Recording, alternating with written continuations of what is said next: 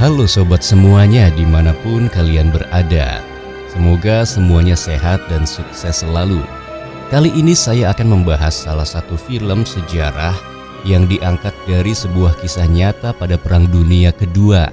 Masih tentang pasukan Nazi Jerman melawan Uni Soviet yang terjadi di front timur dalam pertempuran kota Izhev, Uni Soviet. Film ini menitik beratkan cerita dari sudut pandang tentara merah Uni Soviet yang harus bertahan di antara gempuran pasukan Nazi Jerman. Menceritakan pertempuran yang dianggap salah satu peperangan berdarah dalam sejarah. Tentara merah Soviet harus bertahan segigih mungkin dari wilayah itu, meskipun mendapat kerugian yang cukup besar dari gempuran pasukan Jerman. Lalu bagaimana kisah selengkapnya? Langsung saja kita simak alur cerita dari film Unknown Battle.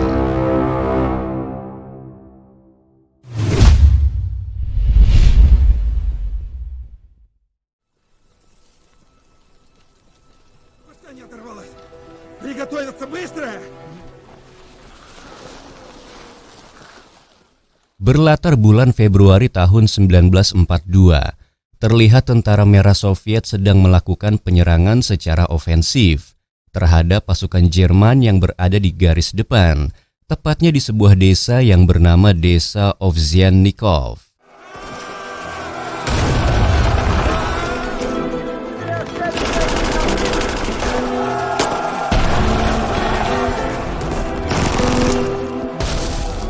Penyerangan itu dipimpin oleh komandan kompi berpangkat perwira yang bernama Letnan I Evgeny Ilyich, yang dahulunya berprofesi sebagai mandor tambang batu bara.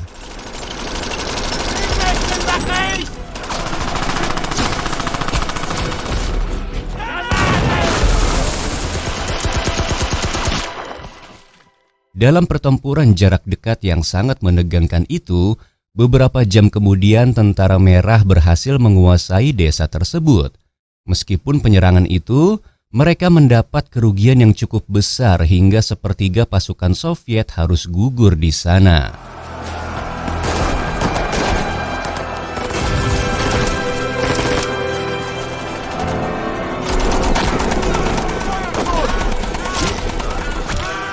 Atas situasi itu, Letnan Evgeny memberikan instruksi kepada kedua sersan yang bernama Sysoev serta sersan Lavrov untuk menempati pos-pos yang sebelumnya telah dikuasai oleh pihak Jerman.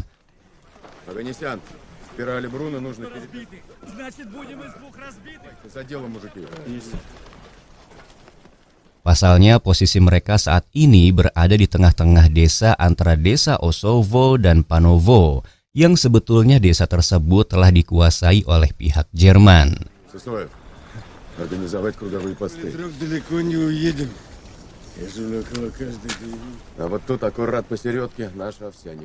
Maka dari itu, Letnan Evgeny mengangkat sersan Sysoev dan sersan Lavrov untuk menggantikan posisi komandan peleton yang telah gugur. Tak lupa dia juga mengangkat seorang ajudan yang bernama Kostya Karstev.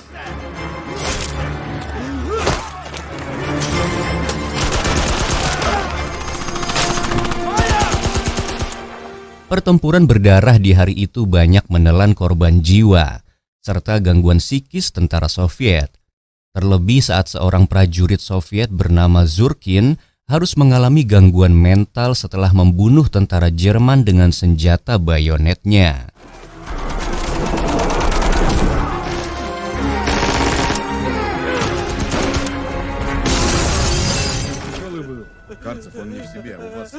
Dengan segera, Kostya mencari rumah peninggalan perwira Nazi untuk menjarah barang-barang yang telah ditinggalkan perwira Nazi tersebut. Walaupun di saat yang sama, prajurit Soviet lainnya yang bernama Ivan Basov melakukan hal yang sama dan berhasil menemukan sebuah pistol bertipe Luger andalan perwira Nazi.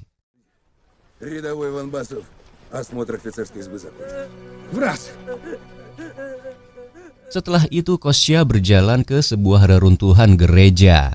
Di sana dia berkenalan dengan seorang prajurit muda berusia 17 tahun yang bernama Viktor Somov yang berasal dari Moskow.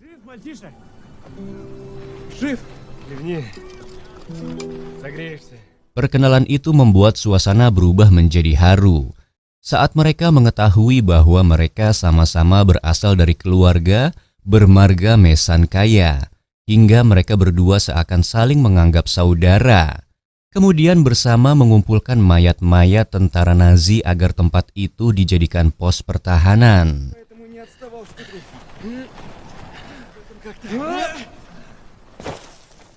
Sementara itu di tempat lain, di pos kediaman Letnan Evgeny, terlihat seorang radioman sedang berusaha menyambungkan komunikasi kepada atasannya. Волга, Волга, Яка, как слышно? Tak berselang lama komunikasi tersebut tersambung dan diangkat oleh seorang kapten bernama Ryabinin. Letnan Evgeny memberikan laporan mengenai pasukannya yang telah berhasil menguasai desa Ovsyannikov, serta memberikan beberapa laporan mengenai perbekalan dan alutsista, termasuk 3 pucuk senjata anti-tank, amunisi kaliber 45, dan 20 granat per peleton. Saat itu dia juga meminta tambahan pasukan kepada Kapten Ryabinin, tapi permintaannya ditolak yang menyebabkan percekcokan di antara mereka. Dia hanya diberikan 2 tim senapan mesin dan bukan senjata anti-tank seperti yang Letnan Evgeny inginkan. Walaupun saat itu Letnan Evgeny harus kembali bertempur untuk merebut desa Osovo dari pihak Jerman atas perintah komandan rayon yang bernama Letkol Larionov. Di tempat lain, para prajurit di bawah pimpinan Kostya kembali memberikan hasil jarahan dari prajurit Jerman berupa makanan kaleng.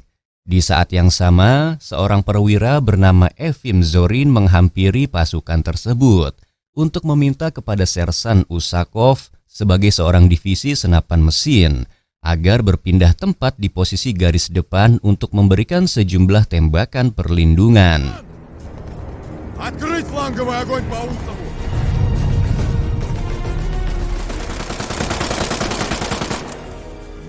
Dengan menggunakan senjata mesin tipe Maxim Gun, agar tentara merah mampu menembus parameter pertahanan Jerman di desa Osovo. Namun nyatanya serangan itu tak begitu efektif. Bahkan divisi senapan mesin Soviet mendapat serangan balasan dari senjata-senjata berat anti-tank Jerman, hingga meluluh lantakan benteng parit tentara merah, yang mengakibatkan tewasnya sebagian besar pasukan Soviet.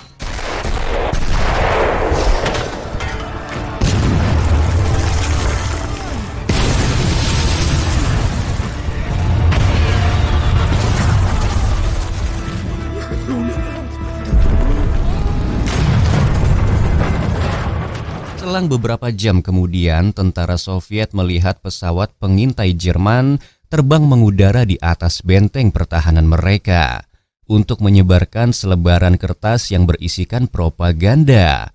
Hal itu dilakukan pasukan Jerman agar strategi itu dapat menjatuhkan moral pasukan Soviet serta dapat menyerahkan kembali desa Ovsyannikov ke pihak pasukan Jerman.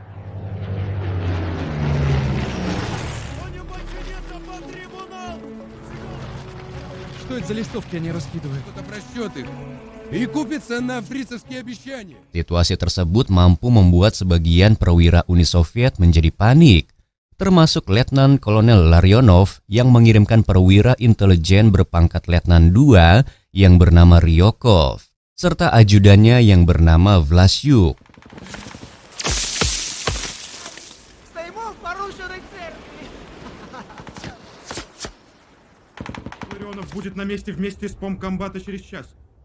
Di sana Let Daryokov sengaja dikirimkan untuk bertugas mengamankan pasukan Uni Soviet agar tidak terdoktrin propaganda tersebut. Andaikan salah satu tentara merah menyimpan kertas itu, maka Let Daryokov tak segan-segan untuk menghukum mereka dengan hukuman disiplin militer.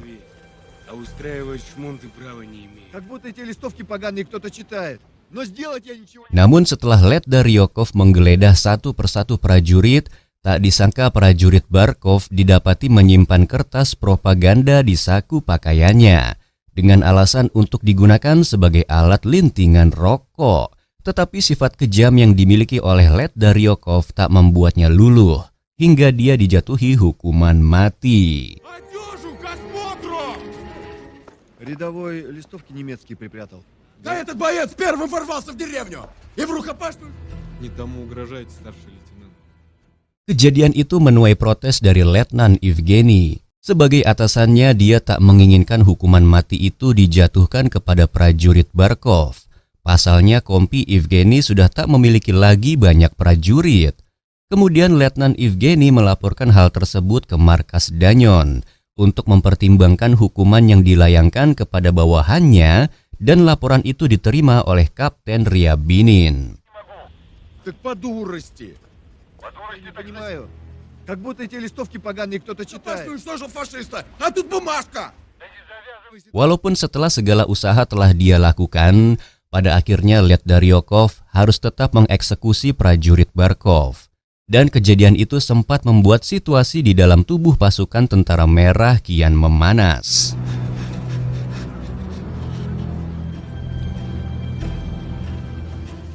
Beberapa menit berselang, Led Daryokov membawa pergi prajurit Barkov ke markas Danyon untuk dieksekusi. Dan dalam perjalanannya, dia membawa seorang ajudan untuk mendampinginya. Tetapi di tengah perjalanan, mereka dihadang oleh serangan senapan mesin Jerman yang membuat Led Daryokov harus terkena timah panas di salah satu kakinya.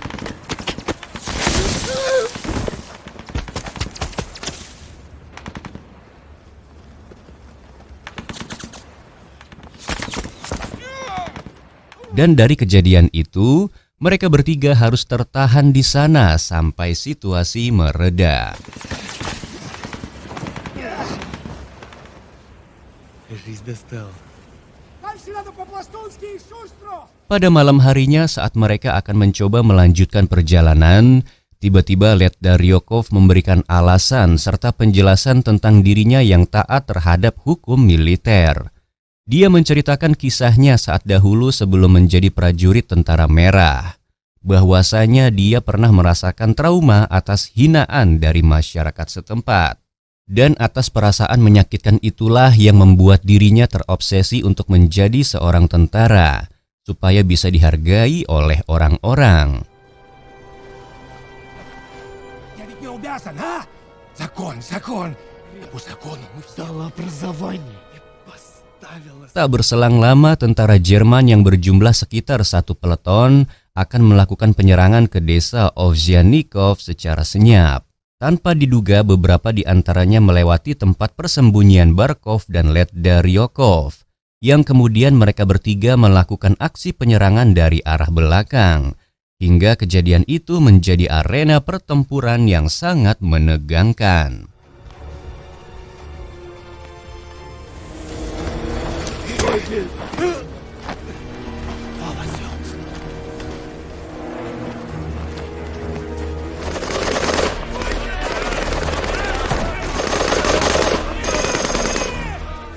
Mereka berhasil membuat tentara Jerman mundur, dan setelah pertempuran itu telah usai, mereka kembali melanjutkan perjalanannya untuk menuju markas Danyon. Namun naas, di pertengahan jalan mereka ternyata kembali dihadang oleh pasukan Jerman yang sedang bersembunyi, hingga Barkov akhirnya harus gugur di tempat itu.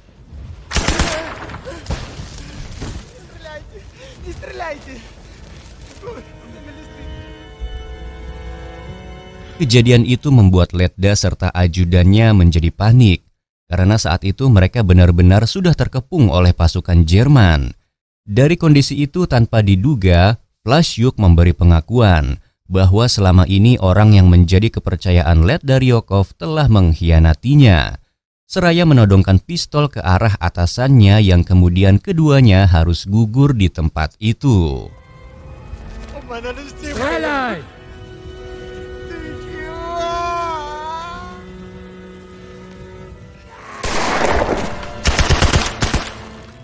Di tempat lain, Letu Evgeny menghampiri pos pertahanan Sersan Sisoev untuk menanyakan kepada Somov tentang pengaduannya terhadap Led Daryokov.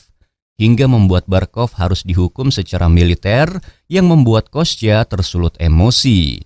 Tetapi Somov memberikan sebuah alasan mengapa dia tega melakukan hal tersebut, yang kemudian Somov memberitahukan asal-usul Kostya sebagai penjahat yang sesungguhnya. И он чудом вышел! Рецидивист, как Костя Виталев. По кличке Виталий. Незаметно подрезал. Смотрю. Стали работать на немцев! Прекрати!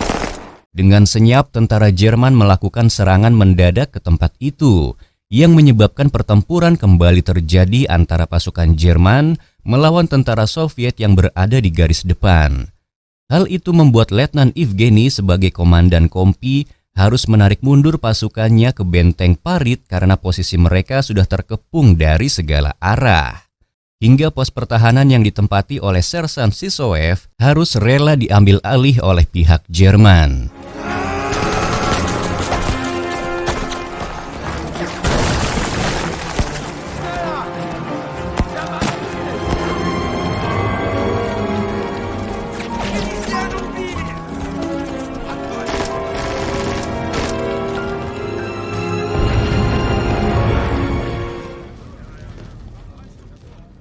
Setelah berhasil selamat dari serangan Jerman, akhirnya mereka semua berkumpul di sebuah benteng parit yang menyisakan 32 prajurit Soviet.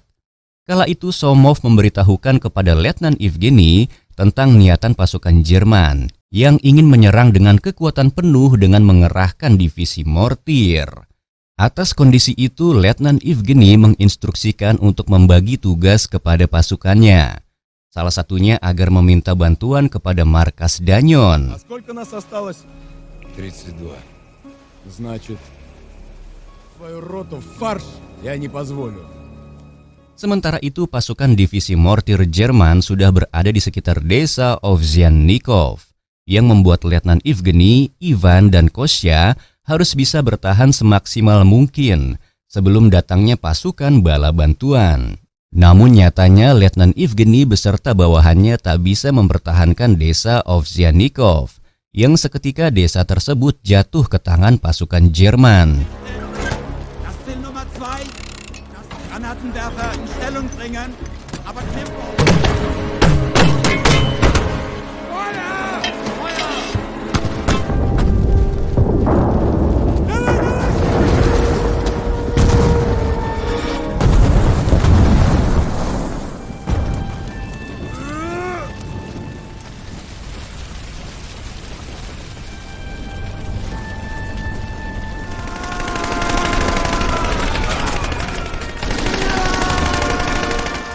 Hingga beberapa menit kemudian, Letnan Evgeny akhirnya memutuskan untuk merapat ke tempat markas Danyon. Mendengar hal itu, Letkol Larionov terlihat sangat merasa kesal atas ketidakbecusan mereka mempertahankan desa Ovsyannikov sampai titik darah penghabisan, yang pada akhirnya kompi Letnan Evgeny harus ditugaskan kembali untuk merebut desa Ovsyannikov dari pihak Jerman apapun yang terjadi. Mau tak mau, Letnan Evgeny menyetujui perintah itu. Akan tetapi dia meminta satu persyaratan kepada Letkol Larionov agar memberikan tambahan pasukan, serta tambahan alutsista senjata agar dia bisa merebut kembali desa tersebut. Yang kemudian Letkol Larionov menyetujui semua persyaratan itu. Стемнело, можем попробовать отправить людей. Разрешите идти? Приказываю последний шанс. И возвратить деревню Овсянникова.